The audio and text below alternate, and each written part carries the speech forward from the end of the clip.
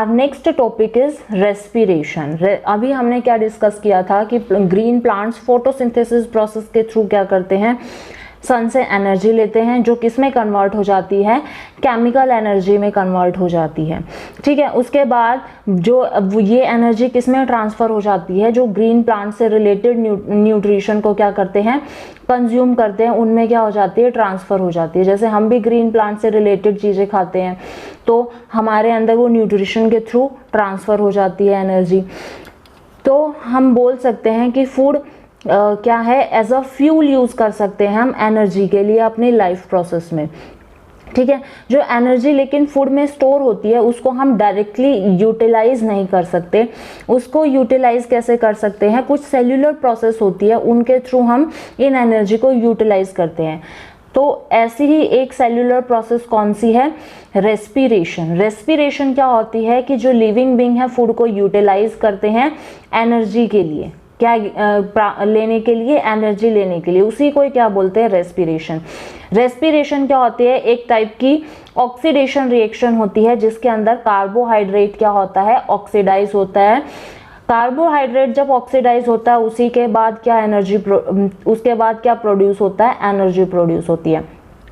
Respiration कहाँ होता है, माइटोकॉन्ड्रिया के अंदर होता है। हमें पता है सेल होती है, सेल के अंदर क्या होता है, माइटोकॉन्ड्रिया प्रेजेंट होता है। The energy released is stored in the form of ATP.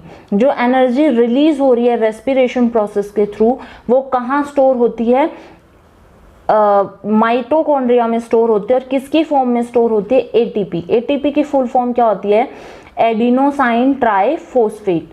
I am repeating again, adenosine triphosphate. ATP कहाँ स्टोर होता है, हमें पता है माइटोकॉन्ड्रिया में। और ये एनर्जी कब रिलीज करता है, जब इसकी जरूरत होती है। ठीक है, now we will discuss about steps of respiration. जो रेस्पिरेशन प्रोसेस है वो क्या है, एक बायोकेमिकल प्रोसेस है। रेस्पिरेशन में क्या होता है, दो अलग अलग प्रोसेस होती है, external respiration and internal respiration.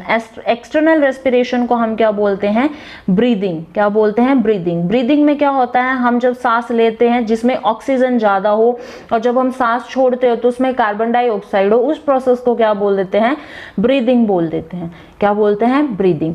ठीक है, दूसरी प्रोसेस क्या होती है, सेल्यूलर रेस्पिरेशन। सेल्यूलर रेस्पिरेशन में क्या होता है, जो ग्लूकोज होता है वो पाइरूवेट के अंदर क्या होता है, ब्रेक होता है।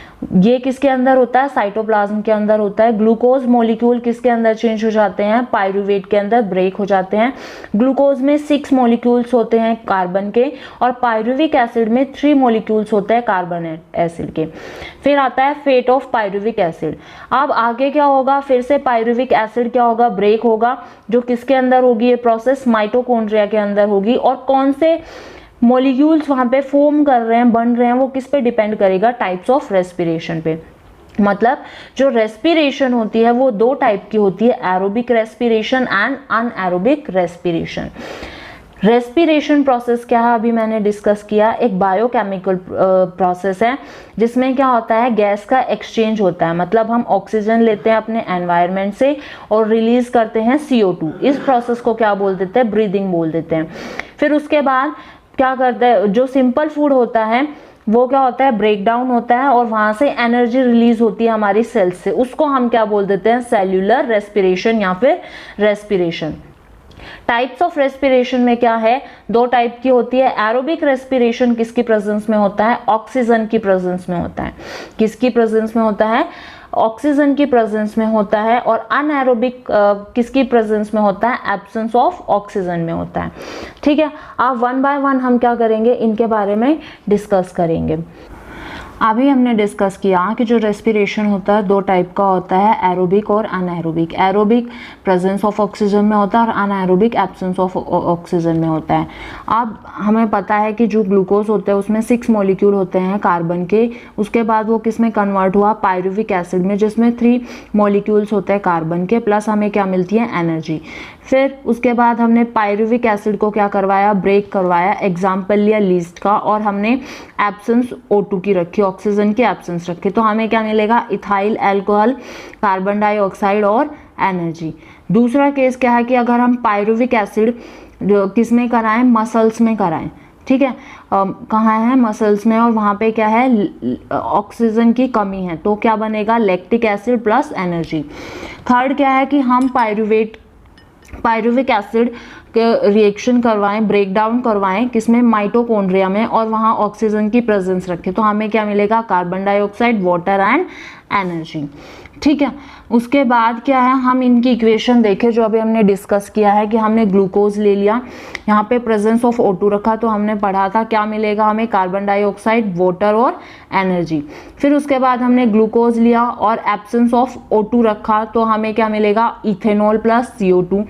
ग्लूकोज लिया, लैक ऑफ O2 रखी, तो हमें क्या मिलेगा, लैक्टिक एसिड। लैक्टिक एसिड कब मिलेगा, जब ऑक्सीजन की कमी हो जाएगी। और इथेनॉल कब मिलेगा, जब हमने वहाँ पे ऑक्सीजन रखी ही नहीं है, बिल्कुल दी ही नहीं है, सप्लाई किया ही नहीं है, तब हमें क्या मिलेगा, इथेनॉल मिलेगा। अब इसको हम एक डायग्राम फ्लो चार्ट से समझेंगे कि हमने क्या ले लिया, 6 मॉलिक्यूल्स ले लिए कार्बन के, साइटोप्लाज्म से पास कराया, तो हमें क्या मिलेगा, पायरुवेट मिला, 3 मॉलिक्यूल प्लस एनर्जी। अब हमने उसमें एब्सेंस रखी ऑक्सीजन की, तो हमें क्या मिला, इथेनॉल, कार्बन डाइऑक्साइड और एनर्जी।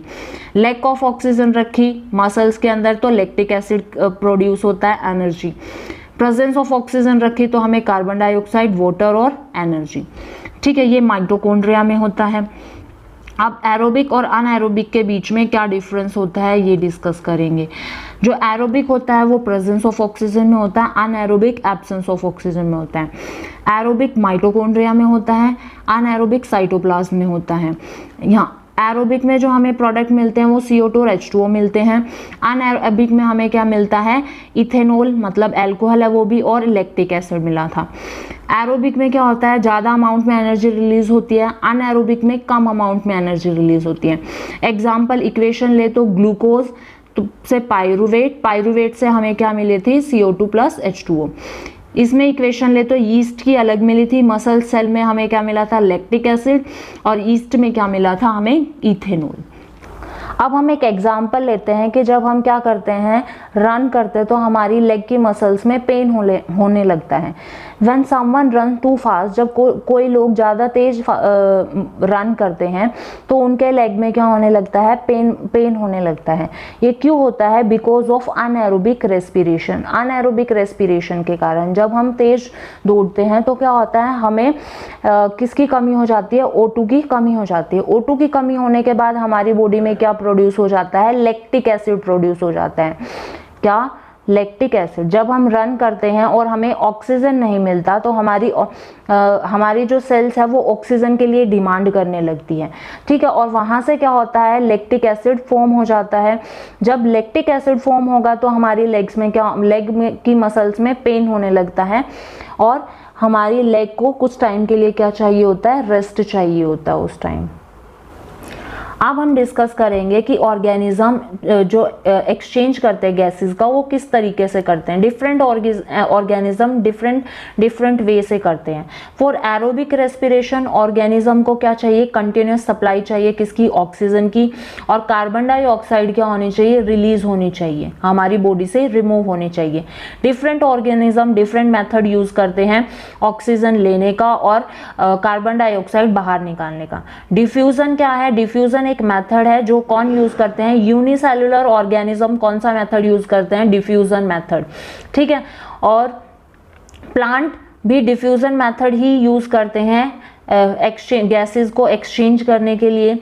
कॉम्प्लेक्स एनिमल में क्या होता है, जो रेस्पिरेटरी सिस्टम होता है वो क्या करता है, एक्सचेंज ऑफ गैसेस की जॉब करता है। लाइक हम एग्जांपल ले फिश का, फिश किससे सांस लेती है, अपने गिल्स से सांस लेती है। Fish take oxygen which dissolve in water. Fish oxygen कहाँ से लेती है, वाटर से लेती है। वाटर के अंदर भी क्या होता है, ऑक्सीजन प्रेजेंट होता है। उसके बाद क्या है, since oxygen is less in aquatic environment, हमें पता है कि जो एक्वेटिक एनवायरनमेंट होता है मतलब पानी, उसमें ऑक्सीजन क्या होता है, कम होता है। तो जो उनकी ब्रीदिंग रेट होती है वो भी क्या होती है, फास्टर होती है। जितना कम होगा ऑक्सीजन उतनी ही क्या होगी, ब्रीदिंग रेट बढ़ती जाएगी। इंसेक्ट किस तरीके से लेते हैं, एक्सचेंज किस तरीके से करते हैं गैस, स्पाइरेकल से। उनके क्या होता है, छोटे छोटे होल्स होते हैं, स्पाइरेकल्स बोलते हैं या फिर ट्रेचा बोलते हैं, उनसे लेते हैं। टेरेस्ट्रियल एनिमल कौन से होते हैं, टेरेस्ट्रियल ऑर्गेनिज्म किसका यूज करते हैं, लंग्स का यूज करते हैं गैस को एक्सचेंज करने के लिए। जो जमीन पे रहते हैं उनको बोलते हैं टेरेस्ट्रियल। वो कैसे करेंगे, गैस का एक्सचेंज लंग्स के थ्रू करते हैं। ठीक है, तो जो हमारी लैंड है उसके ऊपर ऑक्सीजन की कमी नहीं है, तो जो टेरेस्ट्रियल ऑर्गेनिज्म होते हैं उनकी जो ब्रीदिंग रेट होती है वो क्या होती है, स्लो होती है as compare to fish. Terrestrial organism क्या करते हैं, एटमॉस्फेरिक ऑक्सीजन को क्या करते हैं, यूज करते हैं रेस्पिरेशन के लिए। और एक्वेटिक ऑर्गेनिज्म कैसे करते हैं, जो वाटर के अंदर डिसॉल्व होती है ऑक्सीजन उसी को ही यूज करते हैं रेस्पिरेशन के लिए।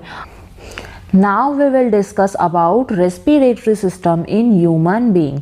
अब हमें पता है जो ह्यूमन बीइंग होते हैं वो क्या होते हैं, multi cellular organism. Multi cellular organism means ये बहुत टाइप की सेल से बने होते हैं और इनको हम टेरेस्ट्रियल ऑर्गेनिज्म भी बोलते हैं। क्या बोलते हैं, टेरेस्ट्रियल ऑर्गेनिज्म। जो टेरेस्ट्रियल ऑर्गेनिज्म होते हैं वो क्या करते हैं, O2 का इंटेक करते हैं। O2 लेते हैं कहाँ से, किसकी हेल्प से, लंग की हेल्प से। जो लंग होते हैं और ऑर्गन के साथ मिलकर क्या करते हैं, एक सिस्टम फॉर्म करते हैं, जिस सिस्टम की हेल्प से क्या होती है, गैसेस का एक्सचेंज होता है। और वो गैसेस का एक्सचेंज किसके बीच में होता है, ब्लड एंड एयर के बीच में। किसके बीच में, ब्लड एंड एयर के बीच में। इसी सिस्टम को हम क्या बोल देते हैं, रेस्पिरेटरी सिस्टम। तो रेस्पिरेटरी सिस्टम में कौन कौन से ऑर्गन इंक्लूड होते हैं, नोज, नसल पासेस, नसल पासेस को नसल कैविटी भी बोलते हैं, ट्रेचा, ट्रेचा को विंड पाइप भी बोलते हैं, ब्रोंची, लंग्स एंड डायफ्राम। अब हम वन बाय वन क्या करेंगे, इन सब के बारे में डिटेल में डिस्कस करेंगे। सबसे पहले हम इसके डायग्राम, रेस्पिरेटरी सिस्टम के डायग्राम देख लेते हैं। रेस्पिरेटरी सिस्टम में क्या होता है, जो एयर होती है वो सबसे पहले कहाँ एंटर करती है, हमारी नाक में। नाक से पास होते हुए कहाँ जाती है, नसल कैविटी में। नसल कैविटी के बाद फेरिंग्स में, फिर लेरिंग्स में। लेरिंग्स को हम क्या बोलते हैं, वॉइस बॉक्स बोलते हैं। क्या बोलते हैं, वॉइस बॉक्स। फिर ट्रेचा में, ट्रेचा को हम क्या बोल देते हैं, विंड पाइप। फिर उसके बाद जो ये ट्रेचा होता है वो दो ट्यूब में क्या हो जाता है, डिवाइड हो जाता है। इन ट्यूब के एंड को क्या बोलते हैं हम, ब्रोंची। क्या बोलते हैं, ब्रोंची। अब ये जो ब्रोंची है ये भी क्या है, देखो पेड़ की तरह इनकी भी ब्रांचेस बनी हुई है। क्या बनी हुई है, ब्रांचेस बनी हुई है। इन ब्रांचेस के एंड को हम क्या, इन ब्रांचेस को हम क्या बोल देते हैं, ब्रोंचियोल्स। अब इन ब्रांचेस के एंड में भी क्या होते हैं, कुछ बलून टाइप के बना होते हैं। इन बलून टाइप को हम क्या बोल देते हैं, एल्वियोली। ठीक है। डायफ्राम का काम क्या होता है, डायफ्राम हमारी चेस्ट कैविटी और एब्डोमिनल कैविटी को क्या करता है, सेपरेट करके रखता है। चलो अब इनके बारे में हम वन बाय वन डिस्कस करते हैं। जो ह्यूमन रेस्पिरेटरी सिस्टम होता है वो कहाँ से शुरू होता है, नोज से शुरू होता है। एयर हमारे नाक में जाएगी, नाक से पास होते हुए कहाँ जाती है, नसल पासेस में जाती है या फिर नसल कैविटी भी बोल सकते हैं। अब नसल कैविटी में क्या होता है, छोटे छोटे हेयर्स होते हैं और क्या होता है, म्यूकस प्रेजेंट होता है।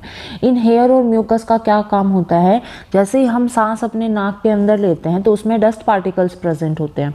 तो ये जो म्यूकस और छोटे छोटे हेयर होते हैं ये क्या करते हैं, उन डस्ट पार्टिकल को ट्रैप कर लेते हैं और हमारे लंग्स के अंदर जो जाती है वो कैसी एयर जाती है, क्लियर, बिल्कुल साफ हवा ही जाती है। ठीक है। अब उसके बाद हमारे थ्रोट में एक पार्ट होता है जिसको हम क्या बोलते हैं, फेरिंग्स बोलते हैं। ये किसके बीच का पार्ट होता है, हमारे माउथ और विंड पाइप के बीच का जो पार्ट होता है उसको हम क्या बोलते हैं, फेरिंग्स। फेरिंग्स से एयर पास होके किस में जाएगी, लेरिंग्स में जाएगी।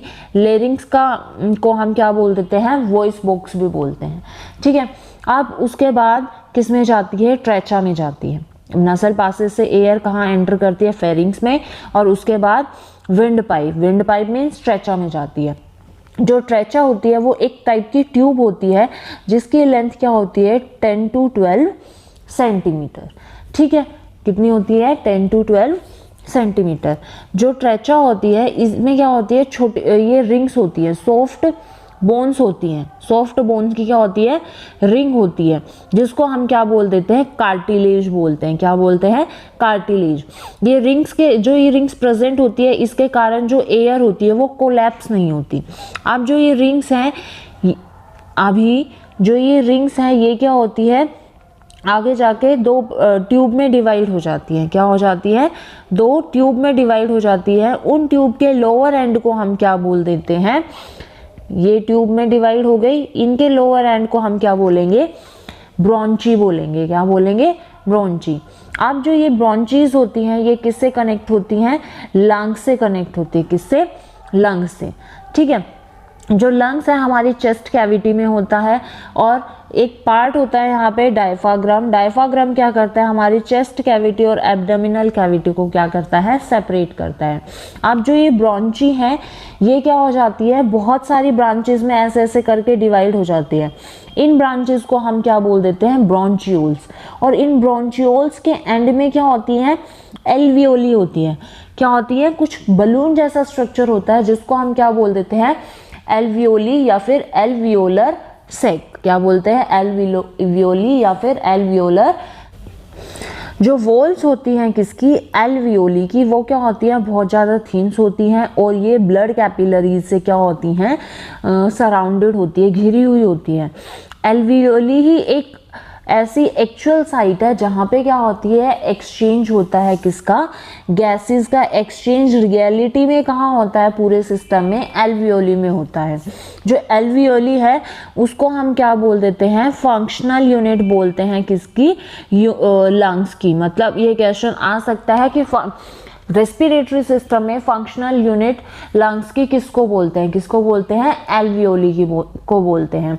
हमारे लंग्स में अप्रोक्स 300 to 700 मिलियन, कितना, मिलियन एल्वियोली प्रेजेंट होती है। जो एल्वियोली होती है वो क्या करती है, लार्ज सरफेस एरिया प्रोवाइड कराती है ताकि ज़्यादा गैसेस एक्सचेंज हो सके। मतलब जो टोटल सरफेस एरिया होता है वो कितना होता है, 80 मीटर स्क्वायर। कितना होता है, 80 मीटर स्क्वायर। डायफ्रागम के बारे में मैंने आपको बता ही दिया कि जो लंग्स का लोअर पार्ट होता है, जो चेस्ट कैविटी और abdominal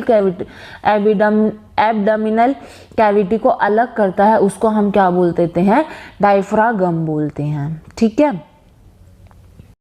Now we will discuss about mechanism of respiration. Mechanism मतलब रेस्पिरेशन प्रोसेस किस तरीके से होती है।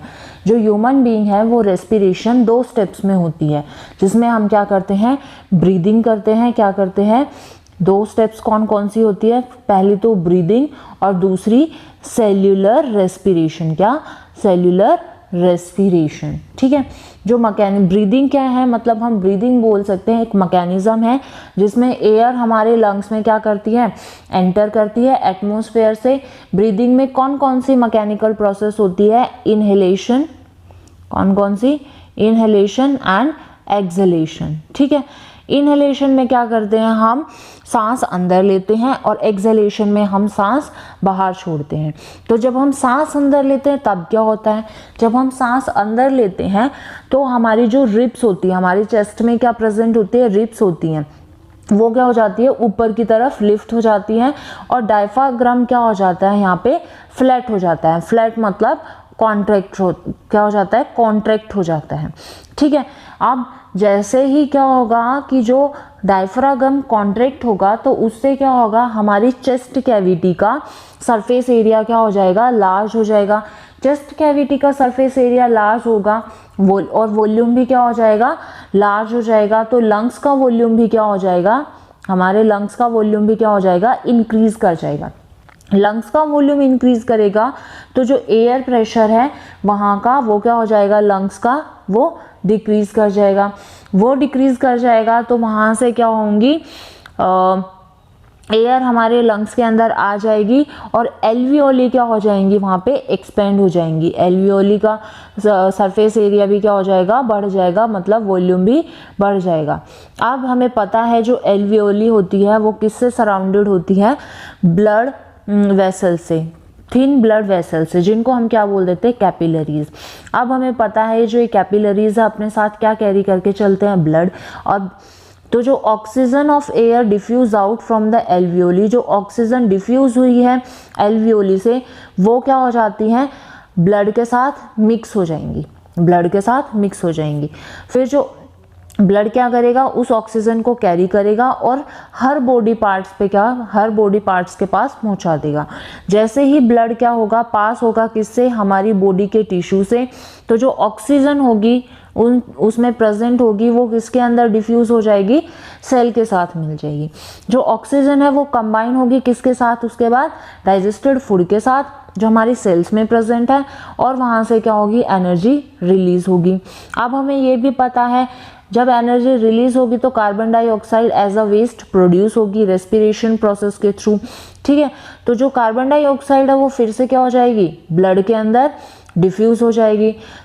ब्लड क्या करेगा, CO2 gas, CO2 carbon dioxide अपने साथ लेके चलेगा और कहाँ छोड़ देगा उसको, लंग्स में छोड़ देगा, और फिर जो CO2 है वो किसके साथ डिफ्यूज हो जाएगी, एल्वियोली के साथ। ये तो क्या प्रोसेस थी जब हम ब्रीद इन करते हैं।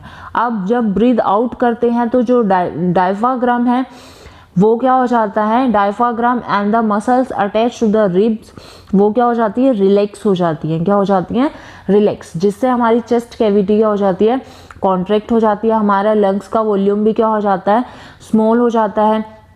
अब जब कॉन्ट्रैक्ट हुआ है चेस्ट का, तो वो क्या करती है, CO2 को बाहर की तरफ पुश करती है। क्या करती है, बाहर की तरफ पुश करती है, ठीक है।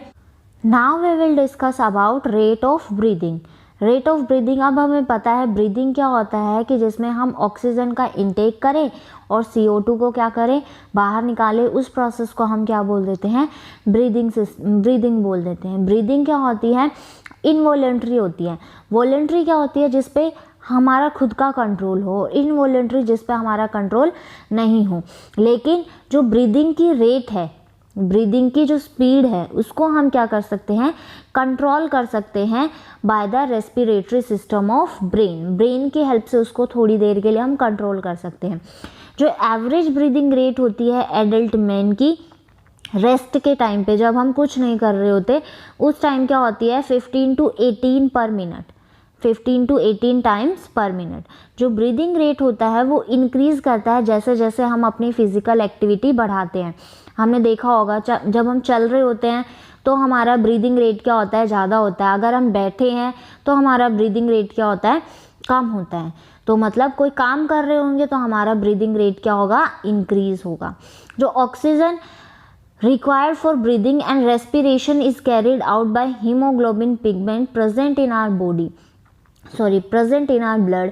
जो नॉर्मल रेंज होती है हेमोग्लोबिन की, वो ब्लड के अंदर हेल्दी एडल्ट पर्सन के लिए वो 12 to 80 ग्राम्स होना चाहिए। क्या होना चाहिए, 12 to 18 ग्राम्स, ठीक है। अगर डेफिशिएंसी हो जाए हमारे ब्लड में किसकी, हीमोग्लोबिन की, तो जो पर्सन है वो उसमें क्या दिक्कत आएंगी, वो ऑक्सीजन ज़्यादा कैरी नहीं कर पाएगा अपने ब्लड के अंदर, और उसको सांस में दिक्कत आएगी। सांस में दिक्कत आएगी तो वो जल्दी से थक जाएगा और उसको ज़्यादा एनर्जी नहीं मिलेगी, वो हमेशा थका थका फील करेगा, ठीक है। अब हम इनहेलेशन और एक्सहेलेशन के बीच में क्या करेंगे, डिफरेंस करेंगे। जब हम इनहेल करते हैं, क्या करते हैं, इनहेल करते हैं, मतलब एयर को अंदर लेते हैं, तो हमारी रिब्स क्या होती है, बाहर की तरफ मूव, मतलब रिब्स क्या हो जाती हैं, एक्सपेंड हो जाती है, और हमारी डायफ्राग्राम मूव करता है डाउन, ठीक है। जब हम एक्सहेल करते हैं, सांस बाहर निकालते हैं, तो एयर किसके ऊपर की तरफ मूव करेगी, तो जो डायफ्राग्राम है वो भी ऊपर की तरफ मूव करेगा, और जो रिब्स है वो अंदर की तरफ मूव करेगी, ठीक है। तो इसमें क्या क्या है, इनहेलेशन में क्या होती है, चेस्ट कैविटी एक्सपेंड हो जाती है। क्या हो जाती है, एक्सपेंड हो जाती है। रिब्स लिफ्ट हो जाती हैं, मतलब रिब्स बाहर की तरफ मूव करती हैं। डायफ्राग्राम फ्लैट हो जाता है, मतलब कॉन्ट्रैक्ट हो जाता है। लंग्स का वॉल्यूम क्या हो जाता है, इंक्रीज हो जाता है। जब एक्सहेलेशन प्रोसेस होती है तो हमारी चेस्ट कैविटी क्या हो जाती है, कॉन्ट्रैक्ट हो जाती है। रिब्स अंदर की तरफ मूव करती है, ठीक है। डायफ्राग्राम क्या हो जाता है, डोम शेप में आ जाता है। किस शेप में आ जाता है, डोम शेप में आ जाता है। और जो वॉल्यूम होती है लंग्स की वो क्या हो जाती है, डिक्रीज हो जाती है, ठीक है।